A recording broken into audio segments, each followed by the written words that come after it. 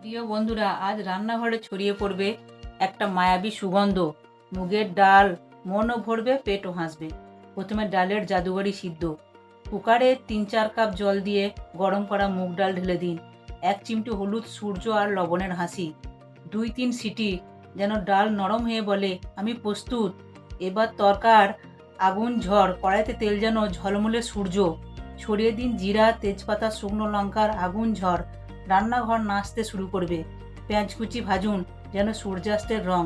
আদা, কাঁচা লঙ্কা, টমেটো দিন। হলুদ, লঙ্কা পাউডার, নুন। ১ মিনিটের জন্য মশলার প্রেম নরম হওয়া পর্যন্ত নাড়ুন। এখন মিলনের মুহূর্ত। সেদ্ধ ডাল তরকায় ঢেলে দিন, যেন দুটি প্রেমিক মিলিত হচ্ছে।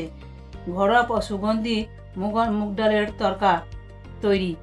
একটু ঘি উপরে ছড়িয়ে দিন। হ্যাঁ, ধনেপাতা ছড়িয়ে সবুজ হাসি। ডেসক্রিপশন দেখে বানিয়ে ফেলুন আর কমেন্ট করুন।